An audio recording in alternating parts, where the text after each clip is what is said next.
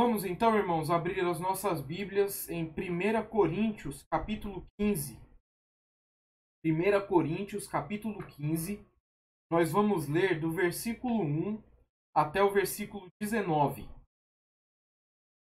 1 Coríntios, capítulo 15, do versículo 1 até o versículo 19. Diz assim a palavra de Deus. Irmãos, venho lembrar-vos o evangelho que vos anunciei, qual recebestes e no qual ainda perseverais. Por ele também sois salvos, se retiverdes a palavra tal como vô-la preguei, a menos que tenhais crido em vão. Antes de tudo, vos entreguei o que também recebi. Cristo morreu pelos nossos pecados, segundo as Escrituras, e que foi sepultado e ressuscitou ao terceiro dia, segundo as Escrituras. E apareceu a Cefas, depois aos 12, depois foi visto por mais de 500 irmãos de uma só vez, dos quais a maioria sobrevive até agora, porém alguns já dormem. Depois foi visto por Tiago, mais tarde por todos os apóstolos, e afinal, depois de todos, foi visto também por mim, como por um nascido fora de tempo. Porque eu sou o menor de todos os apóstolos, e mesmo não sou digno de ser chamado apóstolo, pois persegui a igreja de Deus. Mas pela graça de Deus sou o que sou, e a sua graça que me foi concedida não se tornou vã. Antes, trabalhei muito mais do que todos eles, todavia não eu, mas a graça de Deus comigo. Portanto, seja eu ou sejam eles, assim pregamos e assim crestes. Ora, se é corrente pregar-se que Cristo ressuscitou dentre os mortos, como, pois, afirmam alguns dentre vós que não há ressurreição de mortos? E se não há ressurreição de mortos, então Cristo não ressuscitou. E se Cristo não ressuscitou, é vã a nossa pregação, e vã a vossa fé. E sois tidos por falsas testemunhas de Deus. Porque temos asseverado contra Deus que ele ressuscitou a Cristo, ao qual ele não ressuscitou, se é certo que os mortos não ressuscitam. Porque se os mortos não ressuscitam, também Cristo não ressuscitou. E se Cristo não ressuscitou, é vã a vossa fé, e ainda permaneceis nos vossos pecados. E ainda mais, os que dormiram em Cristo pereceram. Se a nossa esperança em Cristo se limita apenas a esta vida, somos os mais infelizes de todos os homens. Nessa manhã, irmãos, então nós vamos falar sobre a ressurreição de Cristo. E eu quero que os irmãos percebam comigo que o texto do qual nós estamos tratando nessa manhã fala de forma muito extensa acerca da ressurreição de Cristo. Na verdade, além dos versículos que nós lemos até o final do capítulo. Mas, irmãos, eu quero começar dizendo para os irmãos que nos séculos passados, e eu tenho dito isso com certa frequência, porque é preciso que os irmãos entendam o ambiente que nós estamos vivendo hoje. Mas nos séculos passados, nos últimos 2 séculos, surgiu uma teologia que foi chamada de teologia liberal. Essa teologia liberal não era uma teologia de pessoas que tinham práticas libertinas, embora uma teologia liberal consequentemente resulte em práticas libertinas. Mas essa teologia era uma teologia naturalista e que negava a sobrenaturalidade dos relatos bíblicos. E notem, irmãos, que isso aconteceu dentro das igrejas cristãs, das igrejas até que pregavam o verdadeiro evangelho, mas que se corromperam com esse tipo de pensamento. Então surge um cristianismo que rejeitava a ressurreição de Cristo. A mente deles estava tão encharcada com o naturalismo e, consequentemente, eles, embora tivessem provas abundantes de que a ressurreição de Cristo ela é verdadeira, eles não podiam aceitá-la, porque eles não podiam aceitar nada que tivesse algum teor sobrenatural. A ideia, irmãos, aqui é que para explicar qualquer evento, mesmo um evento como a ressurreição, eles argumentavam que uma pessoa olharia as evidências e jamais concluiria que Jesus teria ressuscitado dentre os mortos. Então, por exemplo, várias testemunhas viram Jesus sendo crucificado, Jesus sendo morto, Jesus sendo sepultado e a pedra sendo colocada na frente do túmulo. E testemunhas também puderam constatar que, após o terceiro dia, no domingo, o seu corpo não estava mais no sepulcro. Então eles procuram dar várias explicações naturalistas para esse acontecimento.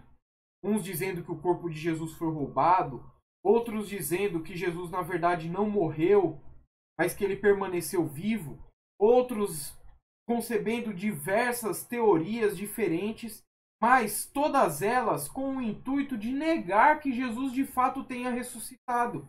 Agora, irmãos, mais uma vez, isso não estava acontecendo no meio daqueles que se denominavam incrédulos, mas no meio daqueles que se denominavam cristãos, embora sejam incrédulos cristãos.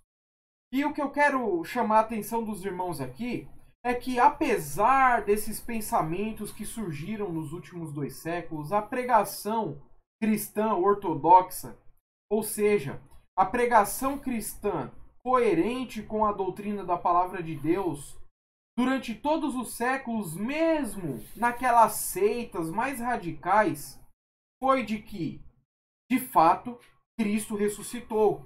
Nunca houve divergência acerca disso. E esta é uma verdade fundamental do Evangelho. Além disso, esses homens que negavam a ressurreição de Jesus não é por falta de evidências de que Jesus tivesse ressuscitado, mas era simplesmente com o intuito de defender uma teologia naturalista. Embora nós tenhamos evidências ou provas cabais da ressurreição de Cristo, a nossa preocupação aqui não é apresentar essas provas ou procurar essas provas, porque elas já foram dadas e estão escritas aqui nesse texto. Mas a nossa intenção, irmãos, nessa manhã é olhar para esse texto da Escritura e ver como a ressurreição de Cristo ela é fundamental para a fé cristã.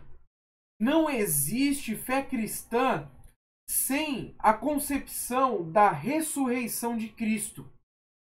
É impossível conceber qualquer tipo de cristianismo e negar que Cristo tenha ressuscitado. E isso, irmãos, é o que nós queremos observar nessa manhã. Observar que o verdadeiro cristianismo consiste na pregação do Cristo ressurreto. Mas então, irmãos, diante do texto que nós vamos estudar, qual é a relevância da ressurreição para o cristianismo? É claro, como eu já tenho dito, que a ressurreição ela é central no cristianismo, e por isso o apóstolo Paulo, nesse texto, ele nos apresenta a ressurreição sendo anunciada, a ressurreição sendo advogada e a ressurreição sendo alicerçada. Mas para nós começarmos, irmãos, nós queremos ver o anúncio da ressurreição. E isso nós encontramos nos 2 primeiros versículos, que dizem assim, vamos ler novamente os 2 primeiros versículos. Irmãos, venho lembrar-vos o evangelho que vos anunciei, o qual recebestes e no qual ainda perseverais. Por ele também sois salvos, se retiverdes a palavra tal como vô-la preguei, a menos que tenhais crido em vão. Essas primeiras palavras do apóstolo Paulo, irmãos, aqui dentro desse contexto, estão introduzindo uma nova seção. Essa carta que Paulo escreveu, é importante os irmãos entenderem isso. Ela tem algumas divisões principais. Então, os primeiros capítulos, até o capítulo 6, Paulo está corrigindo os coríntios por causa de notícias que ele recebeu acerca daquela igreja. Então, com base nessas notícias, ele está tratando os problemas que aquela igreja tinha. A partir do capítulo 7, ele começa a responder perguntas que ele tinha recebido daquela igreja. E por todo esse trecho do capítulo 7 até o capítulo 14, Paulo está respondendo as perguntas. Mas aqui, no capítulo 15, nós vemos Paulo iniciando o capítulo de uma forma diferente. E tudo indica nesse texto que Paulo aqui está voltando ao mesmo a mesma intenção dos capítulos 1 ao capítulo 6, onde ele está corrigindo um problema daquela igreja. E, irmãos, naquela igreja havia muitas práticas perversas, muitos problemas de relacionamento, especialmente problemas impulsionados pela arrogância, pela soberba. E, irmãos, a base de todos esses problemas era uma teologia corrompida, uma teologia desfigurada. E é essa teologia que o apóstolo Paulo quer corrigir aqui no capítulo 15, quando ele fala da ressurreição. Por isso ele inicia esse texto dizendo: irmãos, venho lembrar-vos. Em outras palavras, o que ele está dizendo aqui é: faço-vos saber.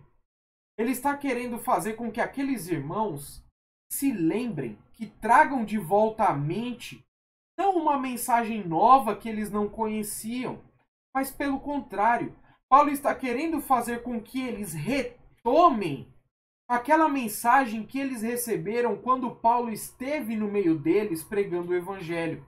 Essa igreja foi uma igreja que Paulo fundou no seu ministério missionário. Nós encontramos o capítulo 18 de Atos falando do encontro de Paulo com aqueles irmãos. E essa carta certamente foi escrita depois desse encontro. Paulo aqui está querendo fazer com que os irmãos retornem o seu pensamento àquela mesma mensagem que eles tinham recebido outrora. Aquela mensagem que, quando Paulo chegou àquela cidade, ele pregou. Não é uma mensagem já corrompida pela influência das filosofias gregas, mas é a mesma mensagem, uma mensagem pura, uma mensagem incontaminada, o mesmo evangelho que ele tinha pregado àqueles irmãos. Mas como nós sabemos qual é o conteúdo desse evangelho? O conteúdo desse evangelho, embora esteja numa seção onde nós vamos analisar aqui no texto posteriormente, mas nós já podemos observar agora, que são os versículos 3 e versículo 4, onde o texto diz: antes de tudo, vos entreguei o que também recebi, que Cristo morreu pelos nossos pecados segundo as Escrituras, e que foi sepultado e ressuscitou ao terceiro dia, segundo as Escrituras.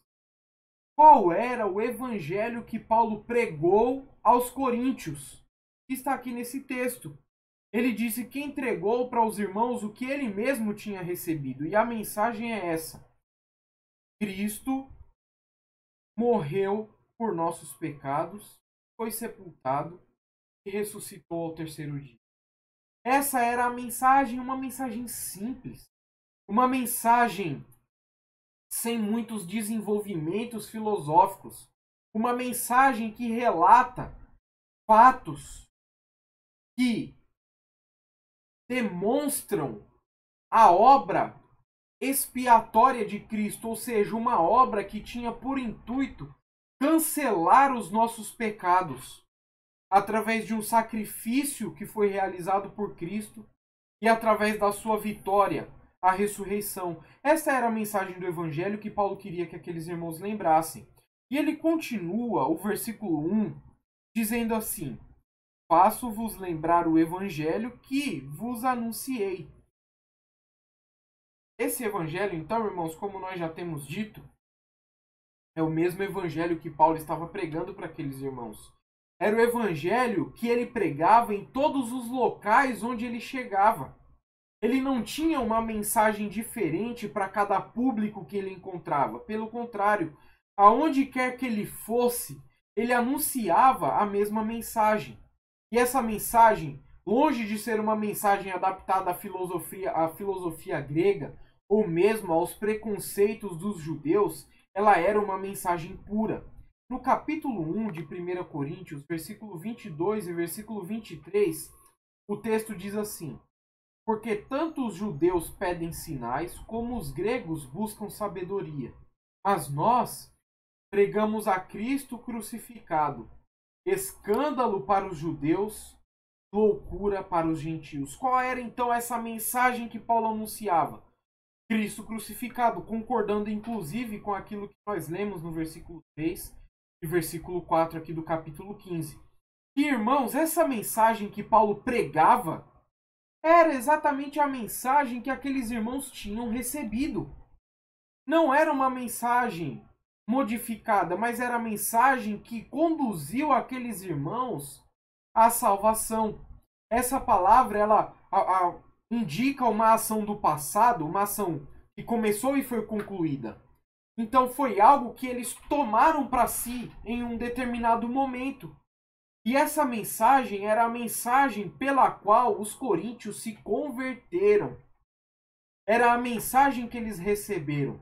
A linguagem aqui é semelhante à linguagem de João capítulo 1, quando fala de receber a Cristo para se tornar filho de Deus. Mas a todos quantos o receberam, deu-lhes o poder de serem feitos filhos de Deus. Então essa expressão é a expressão que nós comumente usamos para falar sobre aceitar Jesus. Existem pessoas que dizem assim, mas a Bíblia não fala em lugar nenhum sobre aceitar Jesus. Pelo contrário, fala assim, esse texto é um deles. É essa mensagem que eles aceitaram. Eles aceitaram essa mensagem do Evangelho. A semelhança de João capítulo 1, quando fala de aceitar ao Senhor Jesus Cristo como um contraste com aqueles que o rejeitavam. Além de ter recebido essa mensagem, eles também estavam perseverando por causa dessa mensagem. Os efeitos, então, irmãos, dessa mensagem que eles receberam, a mensagem do Evangelho puro. Cristo morreu por nossos pecados, foi sepultado e ressuscitou. Era a mensagem através das quais, por mais que eles fossem imaturos, por mais que muitas vezes eles demonstrassem uma carnalidade, por mais que entre aqueles irmãos pudessem acontecer alguns pecados graves, era por causa dessa mensagem que eles estavam permanecendo. Eles tinham crido verdadeiramente na mensagem da cruz e eles continuavam firmes por causa dessa mensagem. Essa é a ideia que essa palavra nos indica. De alguém que permanece, de alguém que foi estabelecido numa posição e não muda. Então, os crentes verdadeiros, por mais que no meio daqueles irmãos é certo que haviam crentes falsos, mas os crentes verdadeiros, eles permaneciam na mesma mensagem que o apóstolo Paulo tinha pregado. E embora alguns estivessem negando a ressurreição, eles estavam ainda permanecendo na mensagem pregada de que Cristo ressuscitou dentre os mortos. E o texto no versículo 2, então, conclui a ideia desse primeiro argumento de Paulo, quando diz que, através desta mensagem, nós somos salvos. Essa é a conclusão de Paulo aqui.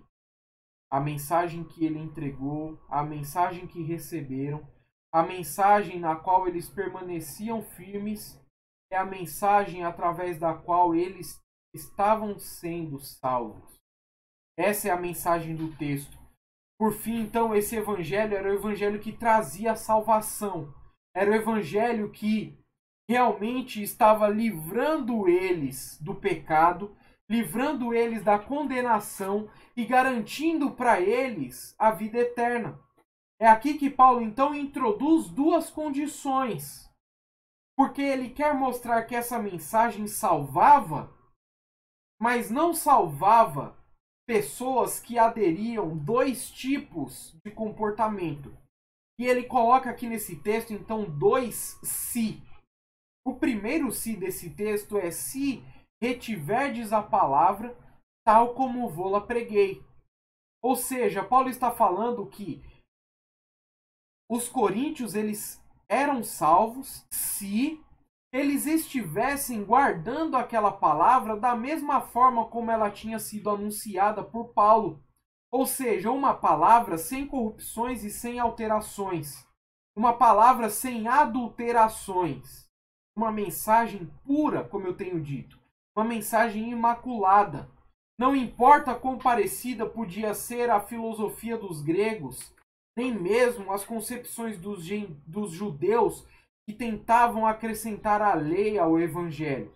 Mas o que Paulo está falando é que a mensagem que salva é aquela mensagem que se mantém de forma pura, de forma imaculada, de forma incorruptível diante do ataque dos falsos mestres. E o segundo se que ele acrescenta nesse texto é: se é que eles não estavam crendo em vão. Então o primeiro se é o crer em uma mensagem distorcida. E o segundo se não é necessariamente ter uma mensagem distorcida, mas ter uma fé vazia, uma fé vã, uma fé falsa, uma fé que não poderia realmente corresponder à fé dada por Deus, mas uma fé meramente humana, uma fé que não era uma fé salvífica, mas uma fé defeituosa. Então Paulo mostra isso aqui nesse texto. Essa mensagem pura que o apóstolo queria que os irmãos tivessem em mente, ela precisava ser retida de maneira pura e ela precisava ser recebida com uma fé verdadeira. Diante disso, irmãos, nós vemos a importância de um evangelho puro, de um evangelho que não deixe de lado a verdadeira mensagem da morte, sepultamento e ressurreição de Cristo. Esse texto, então, nos ensina o nosso dever de zelar por essa mensagem incontaminada, sem as perversões impostas pelos homens que não conhecem verdadeiramente a Deus. O que é muito comum dentro do cristianismo, e não só no cristianismo, em todas as formas de religiões que existem espalhadas pelo mundo, é que os homens tentam construir um sistema de crenças onde a salvação ela é atingida, ou um estado elevado de existência é atingido por meio de mérito pessoal. É uma recompensa daquelas pessoas que, por aquilo que fizeram, são então alcançadas. Essa recompensa é uma recompensa meritória. É uma recompensa baseada no merecimento, baseada no trabalho que eu realizo, baseado nas obras que eu faço. Mas o evangelho, irmãos, não é assim. O evangelho, ele não pode aceitar um tipo de mérito pessoal para alcançar a salvação. Muito pelo contrário, o mérito que o evangelho reivindica para conceder salvação é o mérito de Cristo naquilo que ele realizou na cruz do Calvário. Então, qual é o evangelho que nós temos pregado? Morte, sepultamento e ressurreição de Cristo. É um evangelho que nos informa da graça de Deus. Não é um evangelho baseado em méritos, mas é um evangelho baseado na graça. Como é que alguém pode ser salvo? O texto não está falando aqui de um evangelho que fala de mérito pessoal, de amor ao próximo, de caridade. Não, o texto está falando sobre aquilo que Cristo realizou. E aquilo que Cristo realizou não pode ser distorcido em nenhum dos seus aspectos, em nenhuma das obras que ele realizou. Morte, sepultamento e ressurreição. Embora seja difícil para o homem aceitar que ele precisa ser salvo dependendo daquilo que outro fez, é esta a mensagem que o texto está nos trazendo. Cristo ressuscitou. Cristo morreu, foi sepultado e ressuscitou.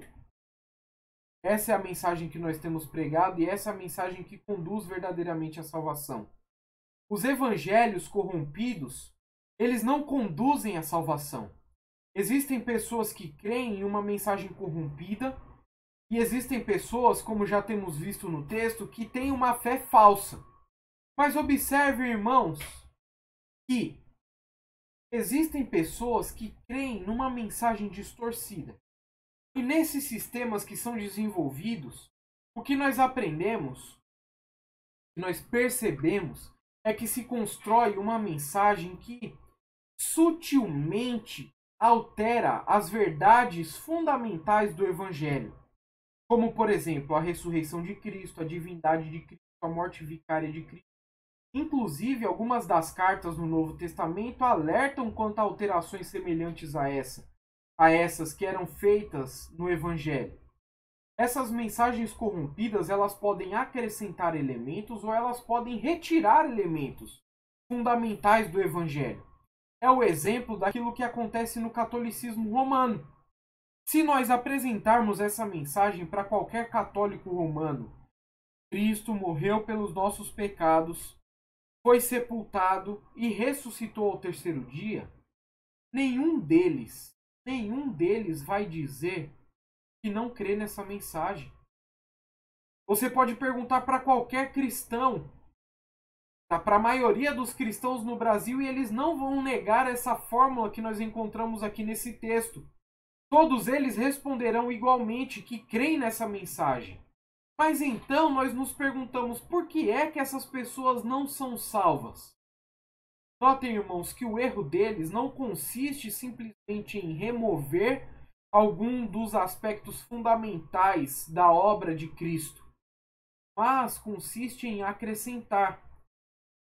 Especialmente na carta que Paulo escreveu aos Gálatas, nós percebemos isso de uma forma muito nítida. Não estavam negando as verdades fundamentais do Evangelho, mas estavam acrescentando. O problema aqui em 1 Coríntios capítulo 15 era que a ressurreição estava sendo negada. Mas notem, irmãos, que nos nossos dias, muitas vezes a ressurreição ela não é negada.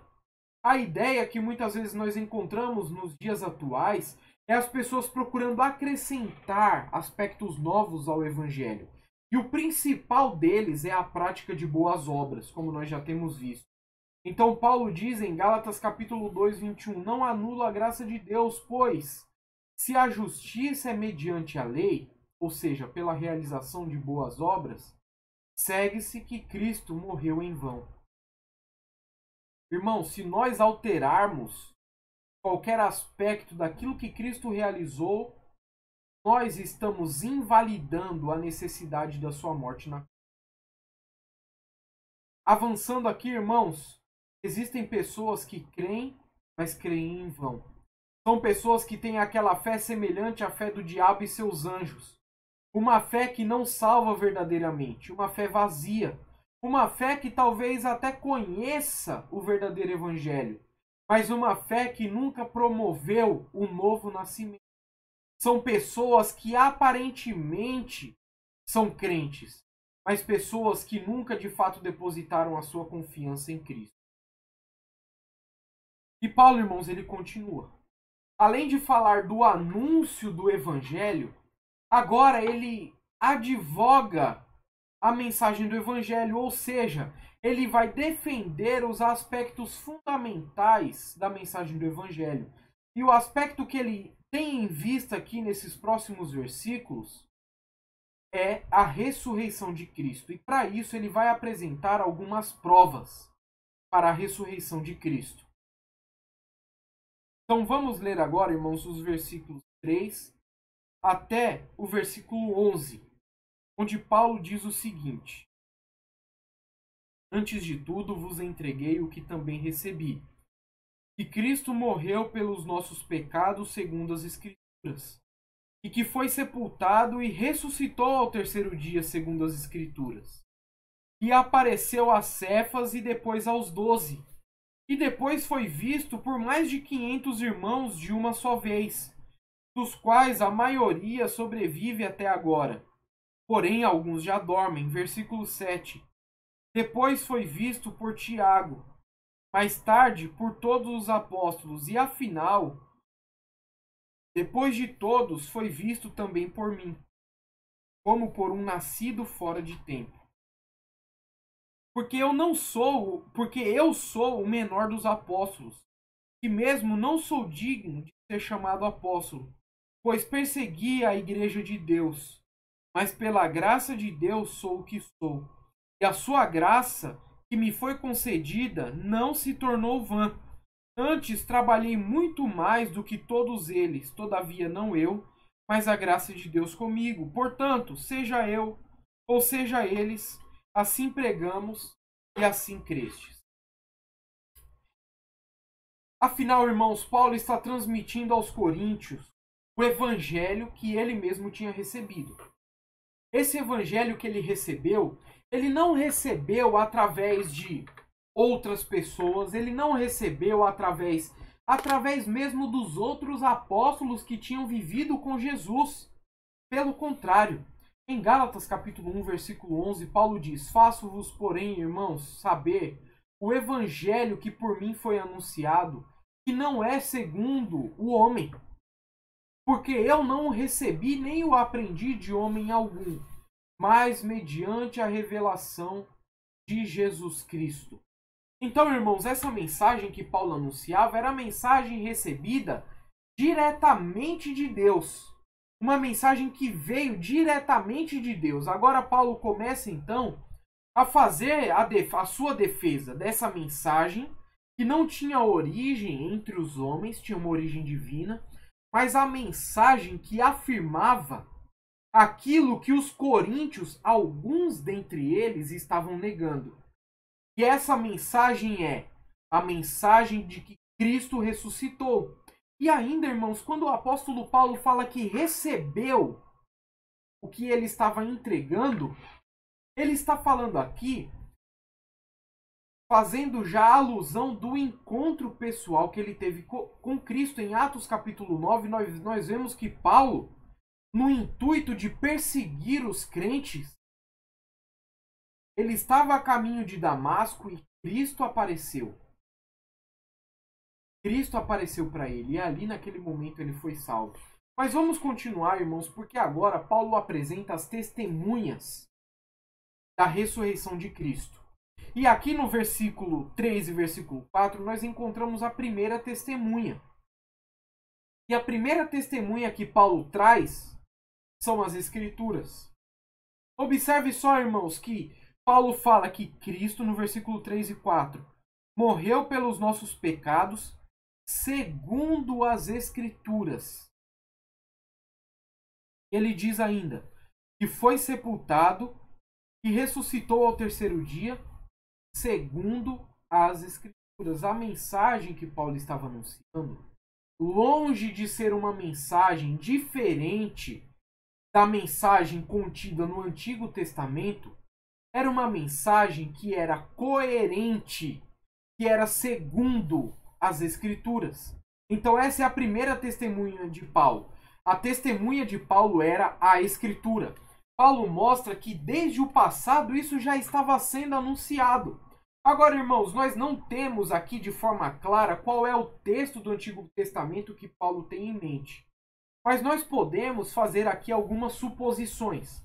Então, por exemplo, o texto que fala sobre a morte de Cristo de forma muito clara é Isaías 53. Aquele texto que é tão conhecido, que fala de Cristo levando a nossa culpa sobre si e sendo morto. Esse texto fala da morte de Cristo. Existem outros no Antigo Testamento que ainda argumentam no mesmo sentido. Quanto à ressurreição, nós podemos pensar no texto que é citado por Pedro no capítulo 2 de Atos. E esse texto é o texto que está lá no Salmo 16, versículo 8, onde diz: O Senhor, tenho-o sempre à minha presença. Estando ele à minha direita, não serei abalado. Alegra-se, pois, o meu coração e o meu espírito exulta. Até o meu corpo repousará seguro, pois não deixarás a minha alma na morte, nem permitirás que o teu santo veja a corrupção. Tu me farás ver os caminhos da vida. Na tua presença há plenitude de alegria.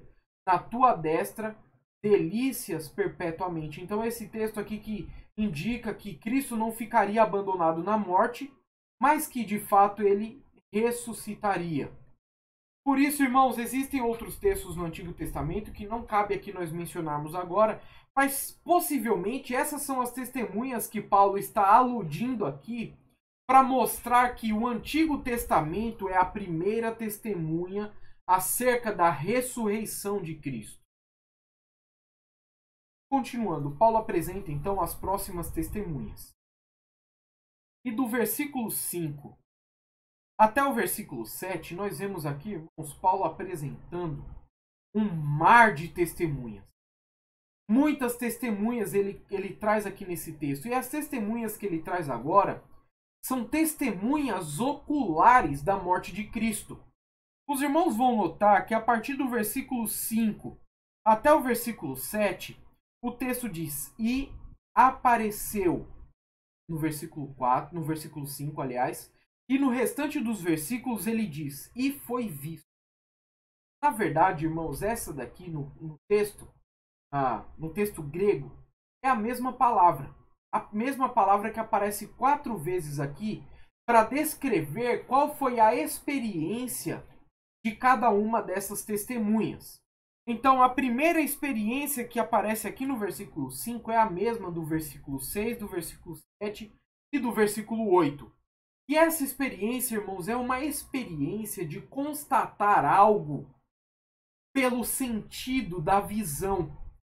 Ou seja, a melhor tradução aqui para esse texto é a palavra foi visto, como se encontra no versículo 6, 7 e 8.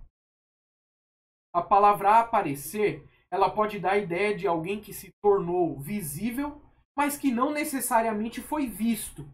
Entretanto, a palavra foi visto é uma tradução literal. Aqui Paulo está dizendo que Cristo foi visto. E a primeira testemunha que ele traz então é Cefas. Cefas aqui, irmãos, é o nome em aramaico de Pedro, o apóstolo Pedro. Então ele foi um dos primeiros que viu Jesus. Nos evangelhos nós aprendemos que quem na verdade viu primeiro Jesus foram as mulheres. As mulheres que foram até o seu túmulo para ungir o seu corpo. Mas naqueles dias, irmãos, uma testemunha que tivesse credibilidade diante dos tribunais não poderia ser uma mulher. Era preciso que a testemunha fosse um homem.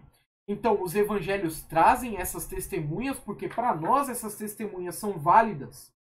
Mas naqueles dias, e Paulo está apresentando aqui um argumento que não poderia ser negado mesmo pelos incrédulos. Ele está nos mostrando testemunhas masculinas que tiveram essa experiência de encontro com Jesus.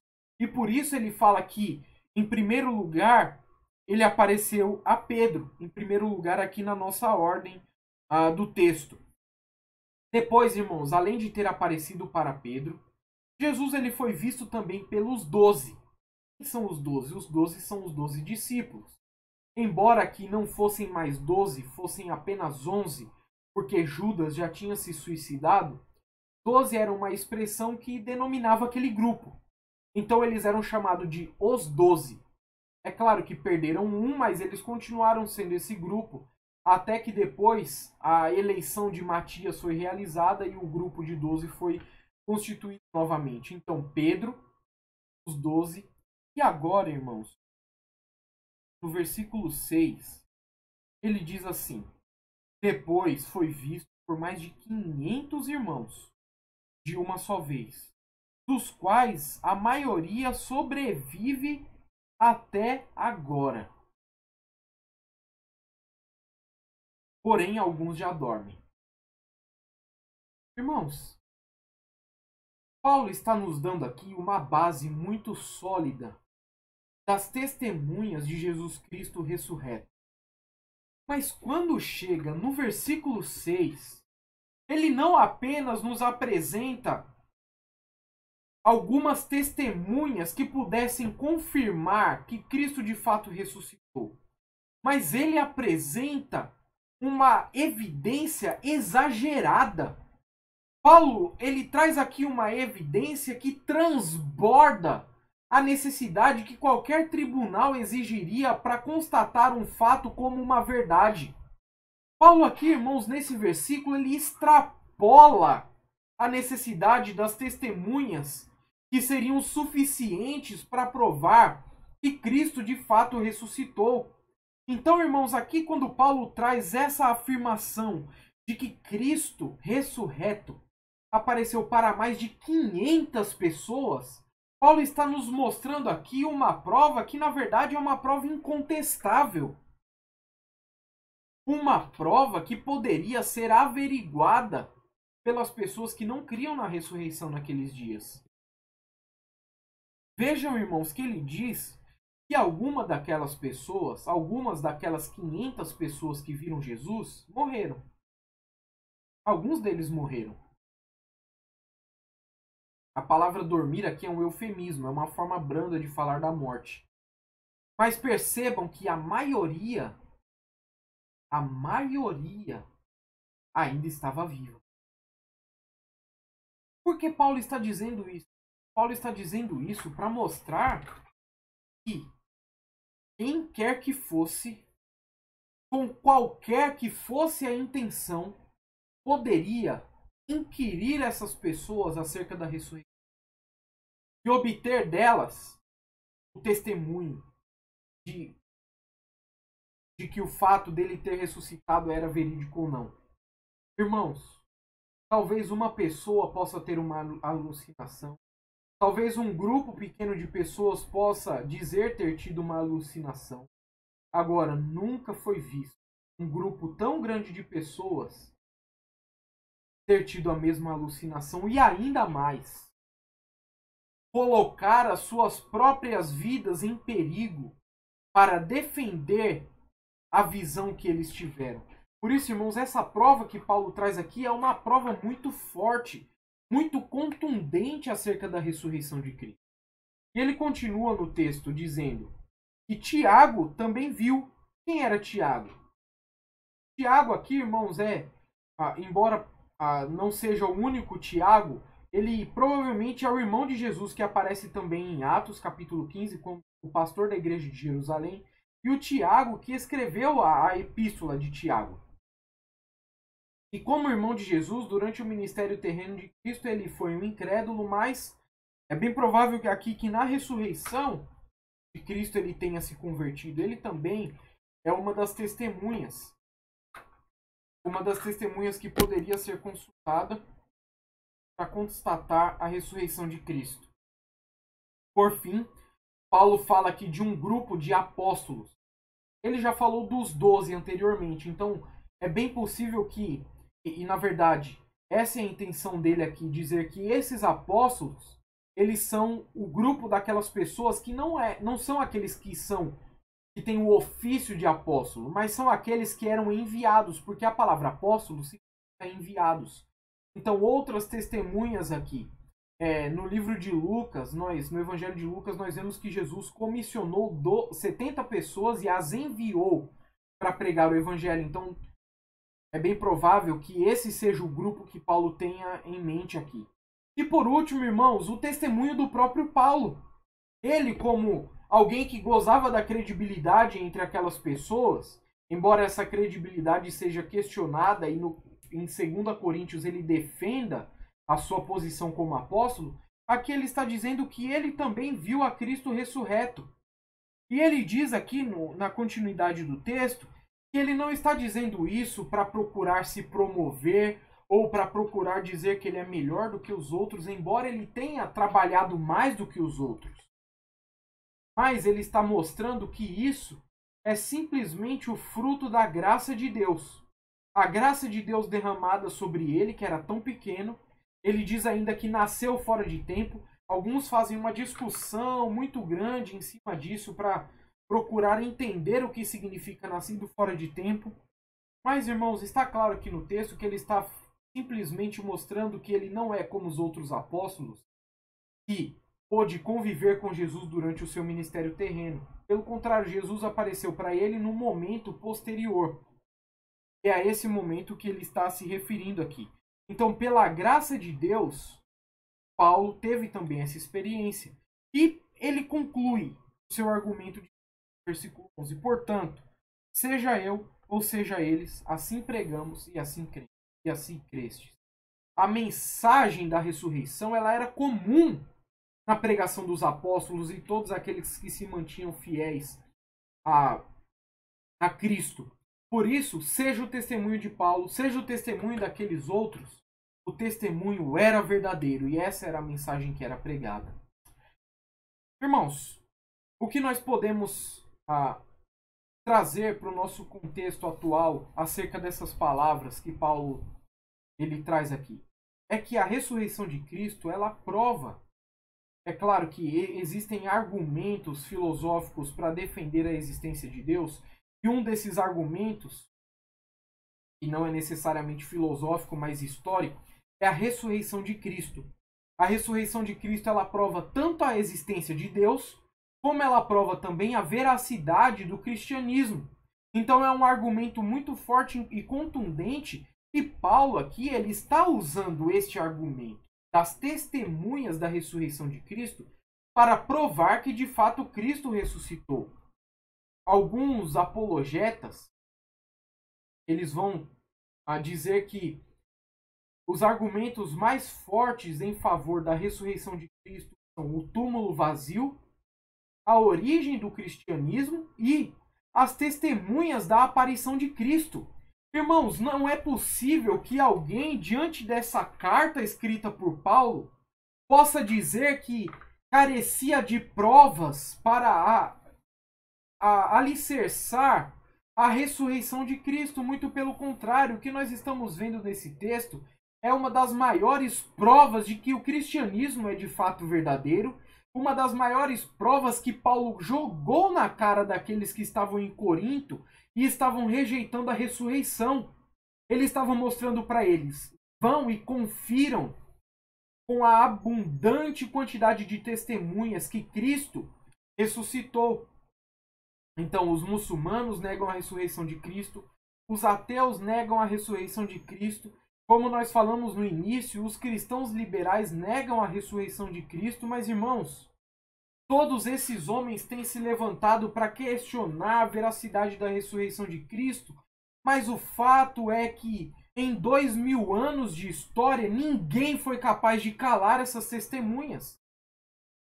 E até hoje, irmãos, não existe nenhum processo que contasse com uma quantidade tão abundante, tão exagerada de testemunhas como esse que nós encontramos aqui nesse texto. Paulo surpreende os leitores quando ele traz essa quantidade tão exagerada que poderia ser consultada por aqueles crentes. Se Cristo não tivesse verdadeiramente ressuscitado, Paulo não poderia fazer uma afirmação tão forte assim e um desafio tão grande como ele fez aqui.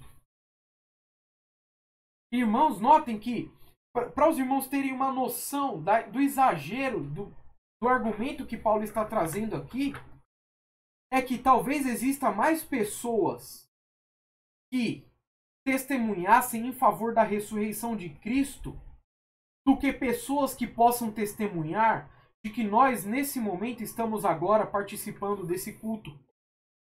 Quantas pessoas será que poderiam ser consultadas hoje e poderiam constatar que você de fato estava assistindo esse culto e não fazendo outra coisa qualquer? É certo, irmãos, que o número seria muito menor do que a quantidade de testemunhas que afirmavam um testemunho coerente, um testemunho abundante de que de fato Cristo ressuscitou. Então, por mais que esses homens possam questionar, eles não podem refutar a historicidade da ressurreição de Cristo, ou seja, eles não podem de forma nenhuma dizer que Cristo não ressuscitou. Os céticos simplesmente rejeitam isso porque eles seguem uma filosofia naturalista, e na filosofia naturalista eles já têm como pressuposto a inexistência da ressurreição. Mas ao invés de serem convencidos pelas provas abundantes da ressurreição de Cristo, eles preferem simplesmente aceitar qualquer outro argumento, mesmo que seja frágil, mesmo que seja improvável, do que aceitar a prova contundente que nós encontramos na Escritura acerca da ressurreição de Cristo. Então as provas estão apresentadas e as testemunhas impactaram o mundo inteiro anunciando que Cristo está vivo. Cristo está vivo. Essa tem sido a pregação do cristianismo. E a pregação do cristianismo não pode ser outra, mas ela deve ser consistente. Uma pregação consistente é a pregação que afirma Cristo ressuscitou dentre os mortos. Era a pregação coerente com o Antigo Testamento, era a pregação advogada por todas essas testemunhas que Paulo apresentou, e é o fundamento da pregação que o próprio Paulo fazia, porque ele viu Cristo ressurreto. O versículo 11 que nós lemos diz: portanto, seja eu ou sejam eles, assim pregamos e assim crestes. Não existe cristianismo verdadeiro sem a pregação da ressurreição de Cristo. No dia de hoje, irmãos, as pessoas estão procurando muitos outros motivos para celebrar. As pessoas estão procurando fazer com que Cristo ressurreto seja sobrepujado por figuras, como a figura de um coelho ou a figura de uma outra comemoração qualquer. Mas, irmãos, hoje é o dia em que nós lembramos de que Cristo ressuscitou. Foi visto por Cefas, foi visto pelos 12, foi visto por mais de 500 irmãos, foi visto por Tiago, foi visto pelos apóstolos e foi visto por Paulo. E ainda, esse testemunho é coerente com o anúncio, com as profecias do Antigo Testamento. E esse testemunho é o testemunho que nós recebemos e é o testemunho que nós pregamos, porque um cristianismo verdadeiro não pode ter outra mensagem senão a de que Cristo ressuscitou dentre os mortos. Nem mais e nem menos. Cristo morreu, foi sepultado e ressuscitou dentre os mortos. Nós estamos olhando não simplesmente para a imagem de um Cristo ensanguentado numa cruz, mas nós estamos esperando no Cristo vivo, naquele que experimentou a morte verdadeira, naquele que foi sepultado verdadeiramente e naquele que verdadeiramente ressuscitou. É nele que nós esperamos e é nele que nós então confiamos e é nisso que nós cremos. Cristo está vivo. E nesse momento ele está à destra de Deus. E nesse momento ele está recebendo a nossa adoração por meio deste culto e por meio do anúncio de que Cristo ressuscitou. E o texto, irmãos, então, continua. E nós estamos indo agora para o final, para a última seção do texto, onde nós encontramos aqui a ressurreição alicerçada. Ou seja, a ressurreição ela é lançada como o fundamento do cristianismo. Nós vimos até agora a ressurreição anunciada, nós vimos a ressurreição advogada e agora nós vemos a ressurreição alicerçada. Quero que os irmãos leiam então comigo o versículo 12, do versículo 12 em diante. O texto diz: ora, se é corrente pregar-se que Cristo ressuscitou dentre os mortos, como, pois, afirmam alguns dentre vós que não há ressurreição de mortos? E se não há ressurreição de mortos, então Cristo não ressuscitou. E se Cristo não ressuscitou, é vã a nossa pregação e vã a vossa fé. E somos tidos por falsas testemunhas de Deus, porque temos asseverado contra Deus que ele ressuscitou a Cristo, ao qual ele não ressuscitou, se é certo que os mortos não ressuscitam. Porque se os mortos não ressuscitam, também Cristo não ressuscitou. E se Cristo não ressuscitou, é vã a vossa fé, e ainda permaneceis nos vossos pecados. E ainda mais, os que dormiram em Cristo pereceram. Se a nossa esperança em Cristo se limita apenas a esta vida, somos os mais infelizes de todos. Irmãos, nesse texto agora, no final, nós encontramos um argumento lógico apresentado por Paulo. Primeiro, ele começa com um questionamento. Como afirmam alguns dentre vós não haver ressurreição? E ele traz esse argumento aqui nesse texto com 6 se. Então ele apresenta aqui 6 se. É um argumento lógico. É um questionamento. São desdobramentos. Se algo é assim, então algo é assim. Paulo está querendo mostrar, irmãos, nós vamos observar isso já com mais detalhe, mas Paulo está querendo mostrar o seguinte: se não há ressurreição, Cristo não ressuscitou. Se Cristo não ressuscitou, a nossa fé, a nossa pregação e o testemunho dos apóstolos é falso. Se esse testemunho é falso, então a nossa esperança, ela também é vazia. E vamos observar então, irmãos, o que esse texto nos diz. Os gregos, para os irmãos entenderem aqui o contexto, os gregos eles tinham muita dificuldade de aceitar a ressurreição.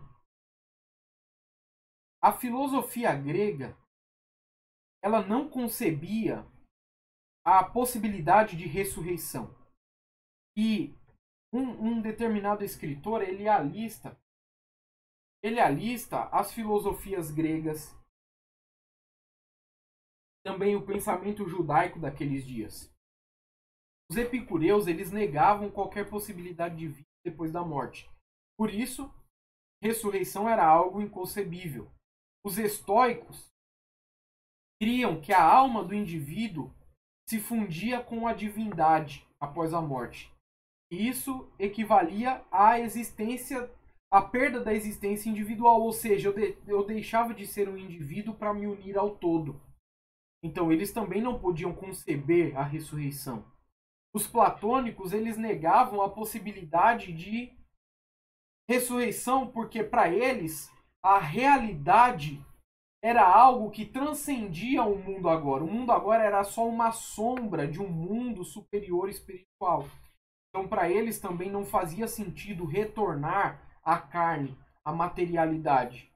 E os judeus, alguns judeus que foram influenciados por esses pensamentos, especialmente os saduceus, eles negavam que até mesmo o Antigo Testamento ensinava a ressurreição, quando na verdade nós já até vimos um exemplo de que o Novo Testamento afirmava a ressurreição do Messias. Durante as viagens de Paulo, quando ele chega a Atenas, ele se depara com esse problema. E no capítulo 17 de Atos, disseram assim, que alguns dos filósofos epicureus e estoicos contendiam com ele, havendo quem perguntasse, que quer dizer este tagarela? E outros, parece pregador de estranhos deuses, pois pregava Jesus e a ressurreição. Olha só como era o pensamento daqueles homens. No versículo 31, o texto diz, porquanto estabeleceu um dia em que há de julgar o mundo com justiça, por meio de um varão que destinou e acreditou diante de todos, ressuscitando-o dentre os mortos.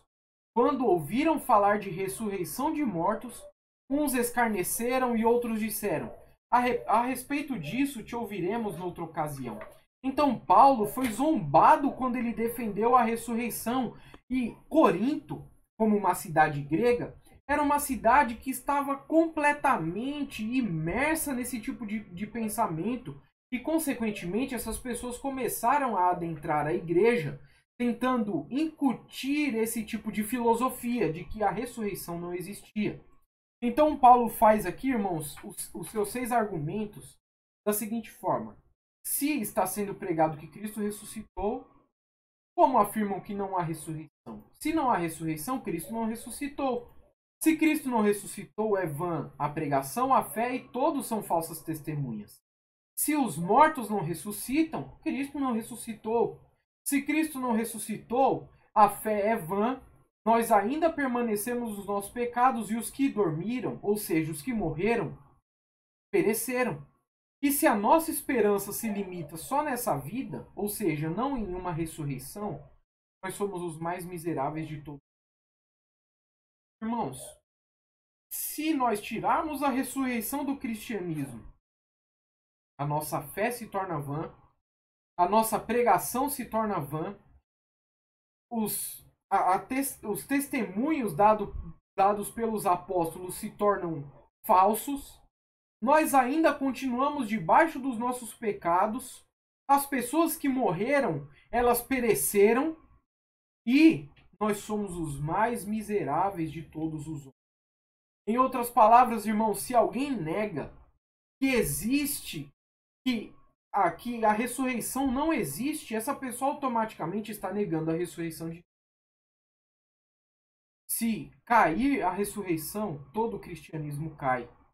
Por isso, o texto conclui dizendo que aqueles que negam a ressurreição são os mais miseráveis, ou como a nossa tradução traz, os mais infelizes de todos os que vivem sem esperança, vivem com medo da morte, vivem querendo se satisfazer agora, vivem pensando em qualquer é um desperdício dedicar a vida a qualquer religião e que não há propósito em nada a não ser da nossa satisfação pessoal agora.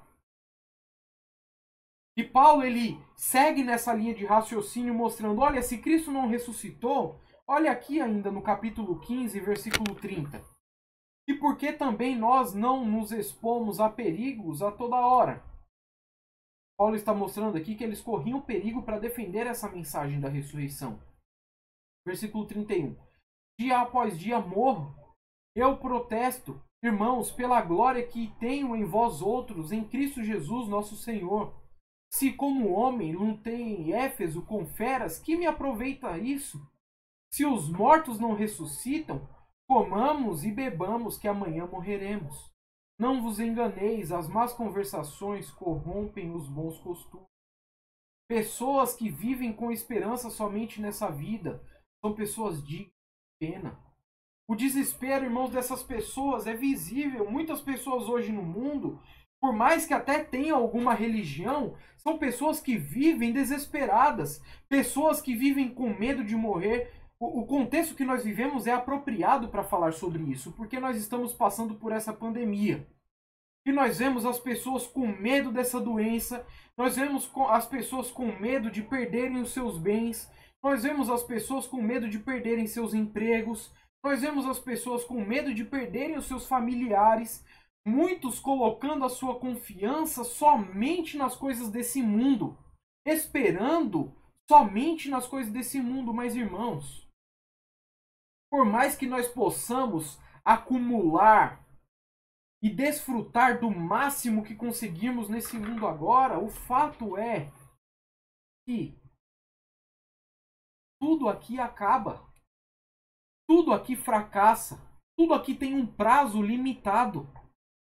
E nós não sabemos quanto tempo isso vai durar. Quanto tempo tudo aquilo que nós conquistamos e aquilo que nós planejamos vai se realizar. O que nós sabemos é que cedo ou tarde, tudo vai chegar ao fim. Um dia, irmãos, seja na pandemia ou não, seremos nós, numa cama de hospital, morrendo, e a nossa família sendo avisada que não há mais nada que possa ser feito. Um dia, tudo aquilo que nós conquistamos aqui vai ser passado para outros. Um dia, seja pela pandemia ou não, nós sentiremos dores que os remédios não vão poder aliviar. Um dia, nós perderemos as pessoas que amamos. Um dia, nós perderemos tudo o que temos. Por isso, a esperança, quem tem a esperança somente nessa vida, tem uma esperança miserável. Como o texto diz, são as pessoas mais miseráveis de todos os homens. Pessoas que esperam somente no aqui e agora. Pessoas que colocam sua esperança na política. Olha, agora nós encontramos o político que vai resolver todos os problemas da sociedade. Agora nós encontramos alguém que defende as ideias que nós defendemos. Agora nós encontramos alguém de boa índole que vai resolver todos os problemas. E de fato, irmãos, é bom que existam pessoas assim para governar a nossa nação, mas pessoas que colocam sua esperança nesses homens serão pessoas frustradas e fracassadas. Pessoas que confiam a sua vida, os seus empregos, as coisas desse mundo, são as pessoas mais miseráveis de todos os homens. Tem pessoas, irmãos, que colocam a sua esperança em algumas filosofias, como os gregos faziam, mas trazendo mais para a atualidade, numa filosofia que propõe que tudo que existe uma solução para todos os problemas que existem no mundo. E eu quero ler para os irmãos um trecho de um livro, bem breve aqui, nós já estamos terminando, mas eu quero ler para os irmãos o trecho de um livro que é a Introdução à Crítica da Filosofia do Direito de Hegel. Então, o trecho desse livro diz assim: logo na introdução, na Alemanha, a crítica da religião chegou no essencial, ao fim. A crítica da religião é a premissa de toda a crítica.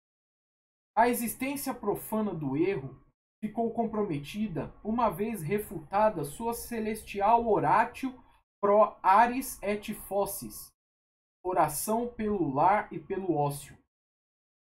O homem, que só encontrou o reflexo de si mesmo na realidade fantástica do céu, onde buscava um super-homem, já não se sentirá inclinado a encontrar somente a aparência de si próprio, o não-homem, já que aquilo que busca deve ser necessariamente aquilo que busca e deve necessariamente buscar é a sua verdadeira realidade. Mais adiante ele diz: a miséria religiosa é, de um lado, a expressão da miséria real, e de outro, o protesto contra ela. A religião é o soluço da criatura oprimida, o coração de um mundo sem coração e o espírito de uma situação carente de espírito. É o ópio do povo. A verdadeira felicidade do povo implica que a religião seja suprimida, enquanto felicidade ilusória do povo. A exigência de abandonar as ilusões sobre a sua condição é a exigência de abandonar uma condição que necessita de ilusão. Por conseguinte, a crítica da religião é o germe da crítica do vale de lágrimas que a religião envolve numa auréola de santidade. Então, irmãos, notem que o que esse homem está dizendo é que o contrário do que Paulo diz aqui. Paulo diz que as pessoas que esperam só nesse mundo são as mais miseráveis. Esse homem diz o contrário. Ele diz que a miséria religiosa, ele fala de que a verdadeira felicidade ela vai ser alcançada quando a religião for suprimida. Hoje, irmãos, muitas pessoas estão seguindo por esse pensamento, pensando que podem construir nesse mundo um mundo ideal. Quem escreveu essas palavras foi Karl Marx, o filósofo por trás de toda essa filosofia socialista que nós temos visto hoje em dia. Essa filosofia de que o mundo pode ser melhor sem Deus. Então notem, irmãos, que isso é a contramão completa do que a Escritura diz, e existem até muitos crentes que seguem essas ideias. Existem muitos crentes que acreditam que é possível trazer um mundo de justiça e paz sem a presença de Deus. Mas olha, irmãos, sabe o que a Bíblia tem a dizer sobre isso? Esses são os mais miseráveis de todos os, porque estão esperando somente no agora. Aquilo que ele chama de miséria religiosa, na verdade, é a nossa gloriosa esperança. A gloriosa esperança que nós temos pelo fato de que Cristo ressurgiu. Cristo morreu, foi sepultado e ressuscitou dos mortos. E é por isso que a nossa pregação é verdadeira. É por isso que a fé é verdadeira. É por isso que o testemunho é verdadeiro. É por isso que os nossos pecados foram perdoados. É por isso que aqueles que morreram, eles não pereceram, mas eles estão salvos. E é por isso que nós, os que cremos assim, somos os mais benditos de todos os homens. Por causa da ressurreição de Cristo, nós temos essa garantia. Nós não temos uma esperança miserável como aquela daqueles que esperam nas coisas materiais, nas coisas desse mundo, nas coisas que vão fracassar completamente no dia da nossa morte. Mas nós esperamos naquele que ressuscitou dos mortos e que garantiu para nós que nós também ressuscitaremos, assim como ele ressuscitou. O versículo 20 desse texto, de 1 Coríntios 15, diz: mas de fato Cristo ressuscitou dentre os mortos, sendo ele as primícias dos que dormem. Visto que a morte veio por um homem, também por um homem veio a ressurreição dos mortos. Porque assim como em Adão todos morrem, assim também serão vivificados em Cristo. Cada um, porém, por sua própria ordem. Cristo as primícias, depois os que são de Cristo na sua vinda. Concluindo, irmãos, hoje nós celebramos a ressurreição de Cristo. É a maravilhosa esperança que nós temos. É o cristianismo verdadeiro do qual nós fazemos parte. Toda a nossa fé depende da ressurreição de Cristo. E nós sabemos que há 2000 anos, no amanhecer do domingo, ele saiu daquele túmulo. E tudo que nós precisamos, e tudo que nós fazemos como crentes é pregar essa mensagem: a morte, sepultamento e ressurreição de Cristo. E a ressurreição foi prometida para nós e a ressurreição é a nossa esperança. Por isso, irmãos, o verdadeiro cristianismo consiste na pregação do Cristo ressurreto. Não é possível conceber um evangelho sem ressurreição. Não é possível desacreditar as testemunhas da ressurreição de Cristo e ainda continuar no cristianismo verdadeiro. E não é possível, irmãos, colocar a nossa confiança somente nas coisas desse mundo e dizer que isso é uma esperança. Mas, irmãos, a ressurreição de Cristo foi anunciada no Evangelho pelos apóstolos. A ressurreição de Cristo ela foi advogada pelas testemunhas oculares. E a ressurreição de Cristo ela é alicerçada como fundamento do cristianismo. Por isso, irmãos, a ressurreição ela é tanto fundamental como inegociável. Cristo ressuscitou, é isso que nós estamos celebrando hoje. E para concluir, leiam comigo o versículo 51.